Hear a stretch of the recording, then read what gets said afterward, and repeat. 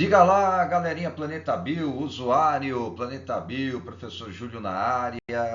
E hoje vamos falar do sistema cardiovascular, vídeo aula, parte 2. Então vem comigo. Pois é, agora nós vamos falar sobre o ciclo cardíaco, falar um pouquinho mais sobre os movimentos do coração, né? Os movimentos de contração e relaxamento, esse conjunto todo, esse conjunto de eventos elétricos, mecânicos que ocorrem durante o batimento cardíaco, né? Nós chamamos isso de o ciclo cardíaco, né? Que basicamente envolve dois tipos de movimento, a contração e o relaxamento do coração, né? Só que em cardiologia, a palavra contração, contração, por exemplo, do miocárdio, a gente usa o termo sístole. E o relaxamento, a gente usa o termo diástole, né? E aí acontece uma espécie de regrinha meio básica, né? Por exemplo, digamos que, por exemplo, essa bexiguinha aqui seja o coração, certo ou não? Olha que bonitinho o coração, com as suas quatro câmaras, né? As câmaras cardíacas, não é isso? Dois átrios, dois ventrículos, o coração tetracavitário, AD átrio direito, AE átrio esquerdo, VD ventrículo direito, VE ventrículo esquerdo. Acontece o seguinte, quando o átrio se contrai, o ventrículo fica relaxado. A gente pode falar assim, ó, quando os átrios entram em sístole, os ventrículos entram em diástole. Num segundo momento, quando os ventrículos entrarem em sístole, ou seja, quando os ventrículos aqui se contraírem, os átrios aqui vão estar relaxados, né? Então, basicamente, a gente pode resumir o ciclo cardíaco nesses dois momentos, né? Os átrios, quando eles entram em sístole, obrigatoriamente, né, nós vamos ter a diástole dos ventrículos, né? Então, nesse momento aqui, ó, os átrios, eles estão sendo contraídos. A musculatura, o miocárdio atrial, está se contraindo. Bom, o que vai acontecer? O sangue que está lá no átrio, ele vai descer, né? Certo? Ele vai descer para onde? Para os ventrículos. Então, basicamente, o que vai acontecer é que o sangue arterial que está no átrio esquerdo, ele vai descer para o ventrículo esquerdo. E o sangue venoso que está no átrio direito, ele vai descer para o ventrículo direito, né? Então, tá bom. Também, de uma forma resumida, num segundo momento aí, digamos que agora os átrios vão relaxar. Os átrios vão entrar em diástole e os ventrículos vão entrar em sístole. Então agora, ó, né, os ventrículos é que vão entrar em sístole. O que significa? Significa que o sangue que estava aqui no ventrículo vai subir, ele vai ser ejetado, ele vai sair pelas artérias. Então, nesse momento que você está vendo, quando os ventrículos entrarem em sístole, basicamente o sangue, né, que os dois tipos de sangue, o sangue arterial e o sangue venoso, eles vão sair do coração. Então o sangue arterial vai sair pela deusa das artérias, que é a artéria aorta. E o sangue venoso, ao mesmo tempo, ele vai sair do ventrículo direito e vai sair do coração pela artéria pulmonar, certo? Então, de forma bem resumida, a gente pode falar que é isso que é o ciclo cardíaco. Mas então tá bom, só que assim, não é tão simples assim o ciclo cardíaco. Vamos detalhar um pouquinho mais, né? A essência do ciclo cardíaco a gente já conhece, mas e se a gente detalhar um pouquinho mais, né? O que está por trás desse ciclo cardíaco, né? Então vamos lá. Primeiro, o que vai acontecer aqui, ó, né? Por exemplo, nessa gravurinha que você está vendo aí no desenho número 1, está acontecendo aquilo que a gente chama de diástase. Essa diástase é um breve momento, né? Nessa fase, nessa diástase, os átrios e os ventrículos, eles estão relaxados. É como se os dois estivessem numa breve diástole. Então a gente chama de diástase. Tá bom. Mesmo assim, o que acontece? A pressão sanguínea dos átrios, ela naturalmente está maior do que a pressão sanguínea dos ventrículos, né? Embora os átrios estejam relaxados e os ventrículos também, passivamente o sangue arterial ele vai descendo para o ventrículo esquerdo e o sangue venoso que está no átrio direito, passivamente ele vai descendo para o ventrículo direito, né? Nesse momento aí, as válvulas atrioventriculares estão abrindo. Agora, num segundo momento, quando os átrios eles entrarem, né, basicamente em sístole propriamente dita e os ventrículos vão estar em diástole, o que vai acontecendo? Então, nesse momento aí, é aquela sístole atrial já em pleno andamento, a contração dos átrios em pleno andamento. Cadê meu coração aqui? Deixa eu pegar o coração aqui. Está acontecendo isso, certo? Ó, os átrios, põe, contração do miocárdio, sístole do miocárdio, o sangue ele vai estar descendo, né? O sangue que está nos átrios, eles vão descer para os ventrículos, né? Então, aquele restante do sangue que não tinha descido na fase 1, vai descer agora e vai descer com muita pressão, né? Então eles vão ser ativamente empurrados para os ventrículos, né? E através daquela abertura das válvulas atrioventriculares, né?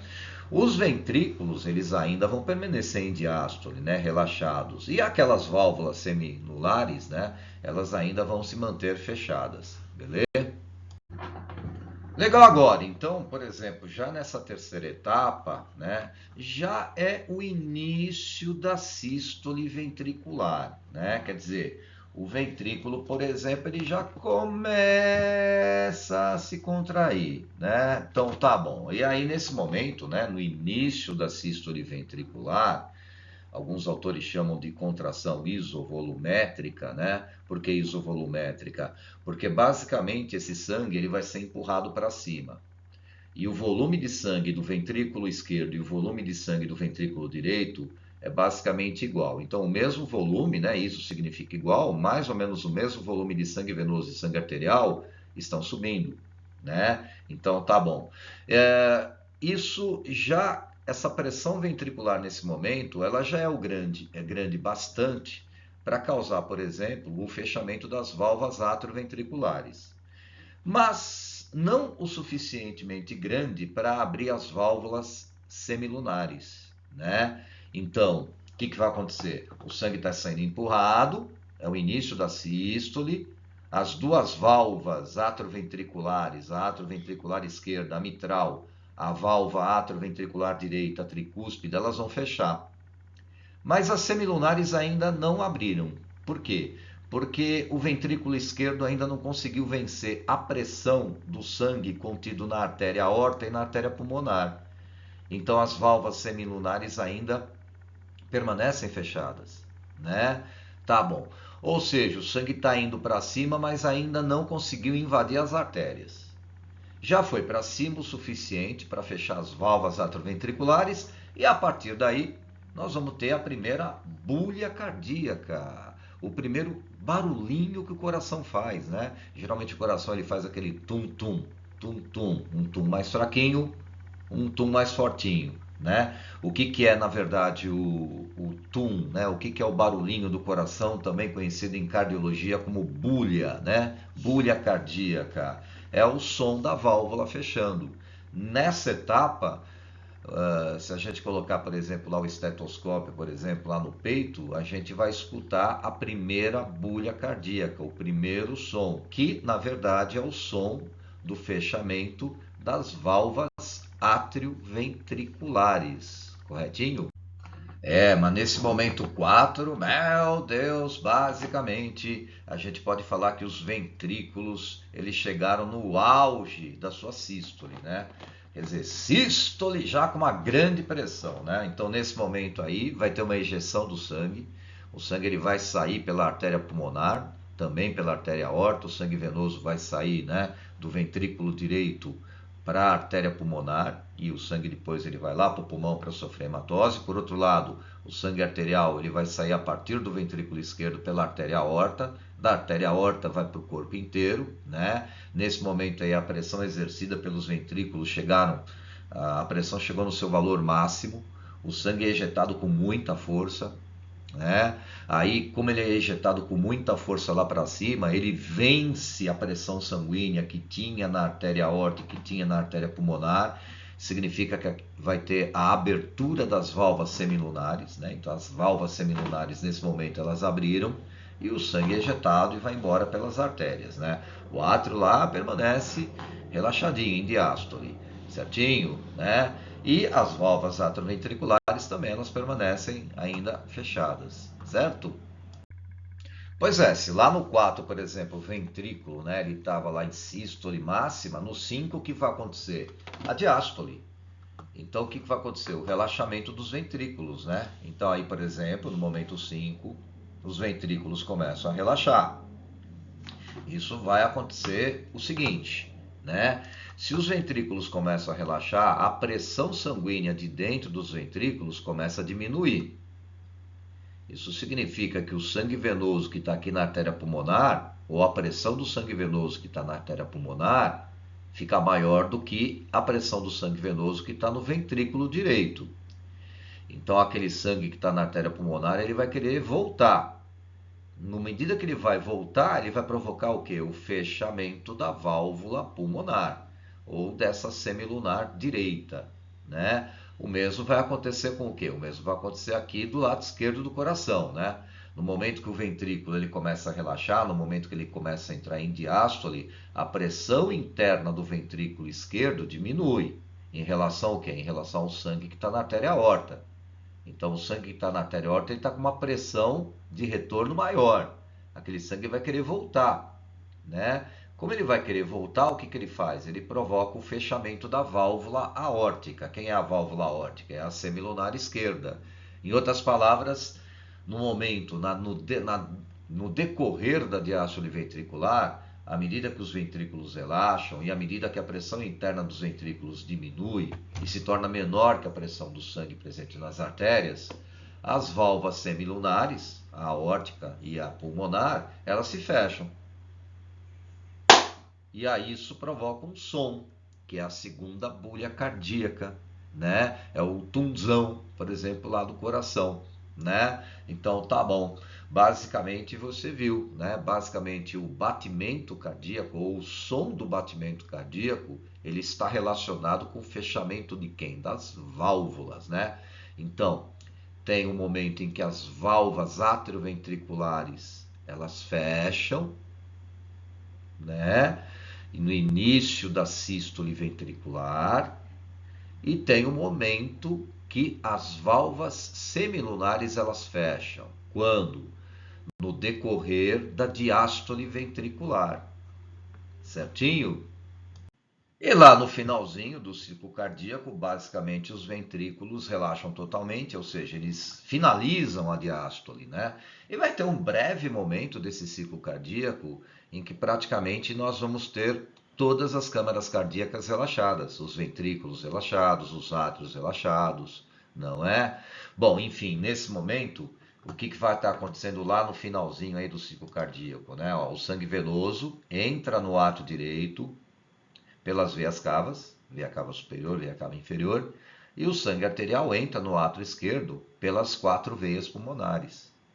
Tá? Um ciclo cardíaco numa pessoa que está com um ritmo cardíaco lento, né? Por exemplo, quando a pessoa está em repouso, nesse momento aí, se a gente, mais ou menos, a gente vai ter aí uma faixa de 60, 65 batimentos cardíacos por minuto, né? Ou até um pouco menos, né? Então, o ciclo cardíaco total, tudo isso daí que você está vendo, ele demora cerca de 1 segundo, né? Demora cerca de 0,8 segundos para se completar, certinho? Mais uma outra coisa super importante são as ramificações da artéria aorta. Ah, mas por que a artéria aorta é tão badalada assim? Gente, é pela artéria aorta que basicamente o sangue sai oxigenado do coração. E esse sangue oxigenado vai levar oxigênio para todo o corpo, não é? Fazendo esse caminho, tá vendo? Então o ventrículo esquerdo bombeia o sangue arterial que vai sair pela artéria aorta. Só que a artéria aorta ela faz aqui uma curva, tá vendo? Isso daqui é chamado de arco aórtico, né? Aí depois ela tem, digamos assim, ó, 3 vias que sobem, 3 tubinhos que sobem, né? E a gente tem depois o arco aórtico aqui, formando aqui a aorta descendente. E a partir daí da aorta descendente, você vai ter a aorta torácica, você vai ter a aorta abdominal. Aí você vai ter várias ramificações que vão levar basicamente sangue arterial para onde? Para os órgãos. Olha as filhas, as principais ramificações da artéria aorta, as filhas da artéria aorta, né? Então, por exemplo, aqui em cima, primeiro tubinho que sai no arco aórtico aqui, tá vendo? É o tronco braquiocefálico. O tronco braquiocefálico, ele vai formar duas artérias, tá vendo? A artéria número 1, essa daqui é a subclávia direita, né? E vai formar aqui a artéria número 3, tá vendo? Essa artéria número 3 aqui, ó, como a gente está vendo aqui, ó, né? É a carótida direita, tá certo? Tá bom. E para onde que está indo esse sangue aí, né? Esse sangue depende. Vamos pegar aqui as duas subclávias, tá vendo? A subclávia número 1, subclávia número 2. Essa daqui é a artéria subclávia direita. Essa daqui é a subclávia, a número 2 aqui é a subclávia esquerda. Para onde que está indo esse sangue? Basicamente está indo para o ombro, braço. Subclávia significa, clávia vem de clavícula, sub fica embaixo, né? Então, basicamente aqui, ó, esse aqui é o caminho que vai levar sangue lá para o braço direito. Esse daqui é o caminho que vai levar sangue lá para o braço esquerdo. Agora, tá vendo aqui, ó, né? Tem aqui a carótida direita e aqui tem a carótida esquerda. Esse sangue está subindo pelo pescoço e vai para a cabeça. Então, basicamente, o sangue arterial está indo para a cabeça, pescoço, cabeça, rosto, cérebro, toda essa região aqui da cabeça, por essas duas carótidas, né? Agora, por outro lado, se a gente olhar ali, né, no nível, por exemplo, das ramificações mais inferiores da artéria aorta, nós vamos ter diversas artérias ramificadas que estão levando sangue para onde? Estão levando sangue para diversos órgãos, né? Então você tem, por exemplo, aí, né, só para a gente ter algumas ideias aí, né, por exemplo, aqui vamos pegar uma aqui qualquer aleatoriamente, né, então a número 8 aqui, ó, artéria hepática, para onde que está indo esse sangue? Esse sangue arterial está indo para o fígado, levando oxigênio lá para o fígado, né, então tá bom, isso só para a gente ter uma ideia, né, então você tem aqui a artéria esplênica, né, essa número 11, para onde que está indo essa artéria? Ela está indo lá para o baço, certo? Aí lá embaixo, por exemplo, aqui ó, né, na aorta abdominal, o que vai acontecer? Ó, ela se ramifica nas duas artérias ilíacas, né? A ilíaca direita, a ilíaca esquerda. Mas para onde que está indo esse sangue? Basicamente essas artérias ilíacas, né, elas vão formar as artérias femorais e aí a artéria femoral vai formar outras artérias também. Está indo para a perna, né? Indo coxa, perna, para aquela região. Ou seja, essas são as ramificações importantes da artéria aorta, que transporta sangue oxigenado, sangue com oxigênio para diversas regiões, diversos órgãos, não é? Mas vamos falar agora da parte elétrica do coração. Como assim? Quer dizer então que o coração tem uma espécie de pilha? Tem, né? A pilha é essa pilhazinha aqui, ó, é o nódo sinoatrial, é o nosso marca-passo. A gente já nasce, né, com esse nódo sinoatrial dentro do coração. Olha a localização, onde que ele está? Lá no átrio direito. Então lá no átrio direito a gente tem esse Zezinho, o nódo sinoatrial, e é ele que produz sinais elétricos que fazem o coração bater. Ah, gente, eu pensei que fosse o cérebro. Não é. O nosso coração é miogênico. O que significa isso? Que basicamente a gênese do sinal que faz o coração entrar em sístole e diástole é criada no próprio coração, né? Por meio desse nódo sinoatrial. Ah, mas e o sistema nervoso não influencia em nada? Influencia sim, né? Não é exatamente o sistema nervoso que faz o coração bater. Quem faz o coração bater é o próprio coração. Mas o sistema nervoso, ele pode influenciar no ritmo cardíaco, né? Então, mais lá para frente, a gente vai ver, por exemplo, que existe, né, o sistema nervoso autônomo. O sistema nervoso autônomo ali se divide em simpático e parasimpático. As fibras simpáticas, elas liberam como neurotransmissor a noradrenalina, e a noradrenalina ela pode acelerar esse processo, ou seja, a noradrenalina pode fazer com que o nódo sinoatrial emita sinais mais rapidamente, aumentando a frequência cardíaca. Por outro lado, principalmente quando, por exemplo, a gente está num ambiente mais calmo, né? você tem lá o sistema nervoso autônomo parasimpático. O parasimpático ele libera outro neurotransmissor, né, através das suas fibras colinérgicas, né? Então ele vai liberar lá a acetilcolina, e essa acetilcolina ela faz com que esse nódo sinatrial, por exemplo, libere menos sinais elétricos, então a frequência cardíaca ela começa a diminuir um pouquinho. Tá bom. Professor, o sinal elétrico ele vai para o átrio, para o ventrículo ou para os dois? Para os dois, né? O nódo sinatrial ele gera os sinais elétricos, e esse outro dispositivo que apareceu agora aí, o nódo atrioventricular, e mais essas fibras nervosas, o que elas fazem? Né? Basicamente, eles remetem esses sinais nervosos para o miocárdio ventricular. Ou seja, o que a gente está falando é isso daqui, ó, né? Num primeiro momento, esses sinais elétricos eles vão chegar até o átrio, certo? Como a gente está vendo aqui, por exemplo, ó, né? Então, o nódo sinatrial, basicamente, liberou aquele sinal elétrico ele chega primeiramente até o átrio. Quando ele chega primeiramente até o átrio, o que ele provoca nos átrios? Ele provoca a contração do miocárdio. O miocárdio atrial ele começa a se contrair, não é? Ou seja, em outras palavras aí, vai rolar uma sístole dos átrios. Nesse momento aí, os átrios se contraem. E lembrando, né? O que está acontecendo também? O sangue venoso, ele está basicamente descendo do átrio direito para o ventrículo direito, e o sangue arterial ele está descendo do átrio esquerdo para o ventrículo esquerdo, certo?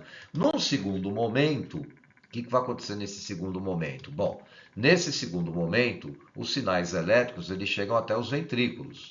Então, você está vendo aqui, por exemplo, os sinais elétricos aqui, ó, chegando até o ventrículo. Então, aquele sinal elétrico emitido pelo nódo sinatrial chega até o nódo atrioventricular.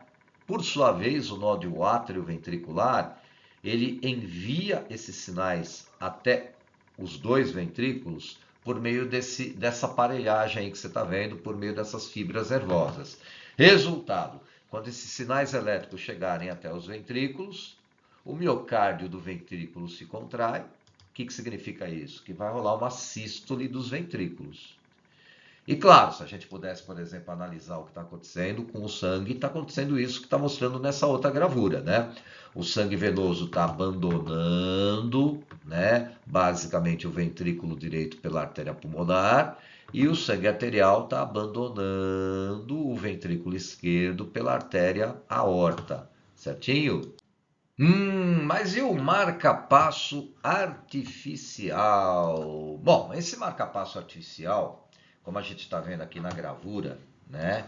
Ele é indicado para pessoas que sofrem alguma anormalidade. Por exemplo, arritmias cardíacas, alguns tipos de arritmias cardíacas. Quer dizer, que o coração, por exemplo, né? Você vê que o marca-passo tem esse nome porque ele marca o passo, ele dá um ritmo para o coração, né? Para os batimentos cardíacos. Existem pessoas, por exemplo, que esse coração ele bate de maneira descompassada, de maneira arritmada. A gente chama isso de arritmia cardíaca, né? Existem vários tipos de arritmia cardíacas, algumas são leves, algumas são muito graves, né? Essas que são muito graves, talvez elas precisem ser corrigidas por um marca-passo artificial.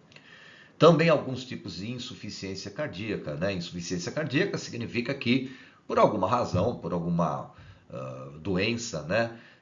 O coração, por exemplo, ele não está bombeando sangue com uma pressão suficiente, né? Talvez por conta, por exemplo, de algo errado no marca-passo no nódo sinatrial, né?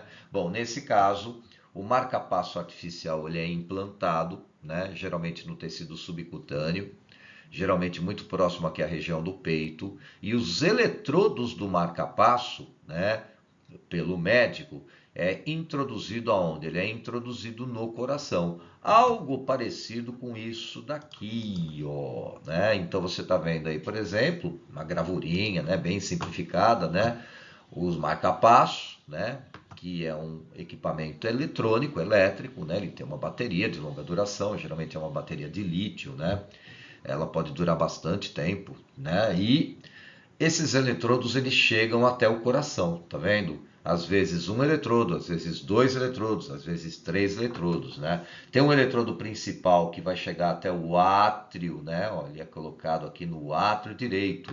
Poxa, mas como é que chega até o átrio direito? Então, esse eletrodo ele tem que fazer um caminho, né? Ele entra nas veias subclávias, que ficam debaixo da clavícula. Depois, o eletrodo, seguindo o caminho da própria veia subclávia, né? Ele vai até a veia cava superior. Ó, aqui a veia cava superior, ó, né? Chega até o átrio direito. Mas também, eletrodos também chegam até os ventrículos, né? Então, tá bom. Ou pelo menos até o septo interventricular.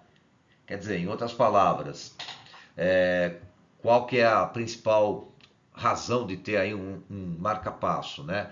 Esses eletrodos, eles monitoram o nó do sino atrial. Então, se o nó do sino atrial ele não estiver emitindo sinais de uma maneira correta, o marca-passo assume essa função. O marca-passo artificial passa, né, a estimular de maneira correta e compassada os átrios e os ventrículos, né? Átrios recebem sinais elétricos, depois os ventrículos, depois os átrios, depois os ventrículos. Então, se esse marca-passo natural, o nó do sino atrial, falhar, não tem problema. Foi terceirizado aí o assunto, foi terceirizado essa função por meio desse marca-passo artificial. Então tá bom, mas vamos resolver alguns exercícios. Olha aí o exercício 1, FUVEST, né? O esquema mostra o coração humano em corte. Tá bom, então aqui está um coração humano aqui em corte. À direita um gráfico, um gráfico super importante, que mostra a variação da pressão sanguínea no ventrículo esquerdo durante o ciclo cardíaco, que dura cerca de 0,7 segundos, né? Então tá bom. E aí tá mostrando o que aqui, ó, 0,7 segundos. Aqui a pressão em milímetros de mercúrio, né? E um momento lá, por exemplo, que a pressão ela tá baixa no ventrículo esquerdo, mas ela começa a subir, né? Ela começa a subir, começa a subir, começa a subir, atinge um valor máximo, algo em torno de 120 milímetros de mercúrio, né? E depois ela começa a descer, começa a descer, começa a descer, começa a descer e atinge novamente um valor menor. Não é? Então, tá bom. E isso tudo foi medido aonde? Aqui no ventrículo esquerdo, correto? Muito bem. Aí, item A. Em qual das etapas do ciclo cardíaco indicadas pelas letras de A a O ocorre o fechamento das válvulas atrioventriculares? Quer dizer, em que ponto do gráfico aqui, ó? No A, no B, no C, no D, no E, no F, no G, no H, no I, no J, no L, no M, no N ou no O? Em que momento que acontece o fechamento das válvulas atrioventriculares? Vamos lembrar? Lembra que eu te falei? As válvulas atrioventriculares, o fechamento delas representa aquela primeira bulha cardíaca. Lembra disso? E essa primeira bulha cardíaca, ela ocorre no início da sístole do ventrículo. Então, no momento, no início, né? Bem no início, repara que ainda, né? A gente tem uma contração isovolumétrica. E a pressão do ventrículo, ela já era suficientemente forte para causar o fechamento das válvulas atrioventriculares, mas não o suficientemente forte para causar a abertura das válvulas semilunares. Quer dizer, bem lá no início da sístole, ela não está nem com a sua pressão máxima ainda, já tem o fechamento das válvulas atrioventriculares. Quando os ventrículos eles plenamente chegarem na pressão máxima do ventrículo, a válvula atrioventricular já está fechada faz tempo e o sangue está sendo ejetado pelas artérias. Então, respondendo, sem muitas delongas, o que a gente poderia concluir? Que é bem no início. E onde que é bem o início do aumento dessa pressão? É o campo E. Tá vendo aqui, ó? A partir daqui, ó, antes de atingir o nível máximo, né? O nível máximo aí foi atingido lá no H, né? Antes mesmo de atingir o nível máximo, ó, essa pressão aqui sanguínea dentro do ventrículo esquerdo, ela já foi o suficientemente grande para causar o fechamento das válvulas atrioventriculares, mas não o suficientemente grande para causar a abertura das válvulas semilunares. Sim ou não? Então tá bom, né? Bom, aí vem a letra B. Os ventrículos direito e esquerdo possuem um volume interno similar e ejetam o mesmo volume de sangue a cada contração. Beleza. No entanto, a parede ventricular esquerda é 4 vezes mais espessa que a direita. É verdade, ó, aqui, ó, você tá vendo aqui no desenho, ó, a parede do ventrículo esquerdo. E o que que é essa parede? Basicamente a parede interna, é o miocárdio. Quando o cara fala aí, por exemplo, que a parede ventricular esquerda é cerca de 4 vezes mais espessa que a direita, é a mesma coisa que falar assim, tá cheio de miocárdio no ventrículo esquerdo. Então ele tem mais massa muscular, ele é mais forte, ele bombeia o sangue com muita pressão, né? Por que que ele bombeia o sangue com muita pressão? Qual que é o sangue que sai do ventrículo esquerdo? É o sangue arterial.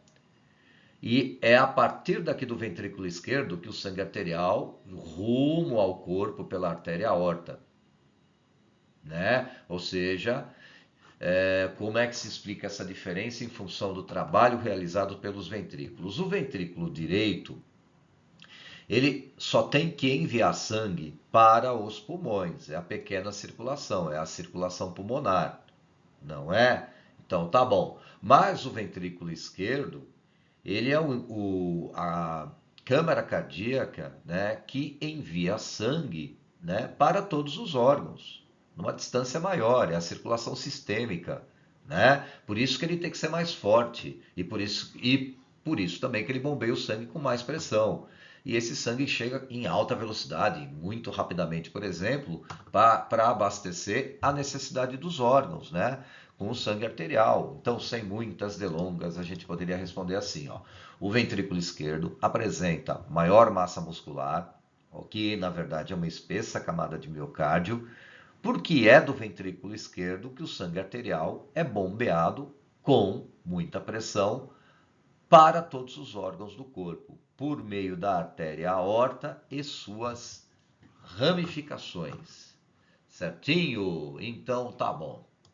Legal, agora exercício 2, Medicina Santa Casa de São Paulo. Olha que bonito, um marca-passo aqui, ó, uma figurinha aqui de um marca-passo artificial, gerando um gerador de pulso elétrico, né? E aí os eletrodos chegaram, por exemplo, aqui nas partes internas aqui do coração para promover, né, a regulação, por exemplo, do ritmo cardíaco, né? Diz o texto: o marca-passo cardíaco é um dispositivo que regula os batimentos cardíacos por emissão de pulsos elétricos. É composto por eletrodos e por um gerador de pulso implantado sob a pele.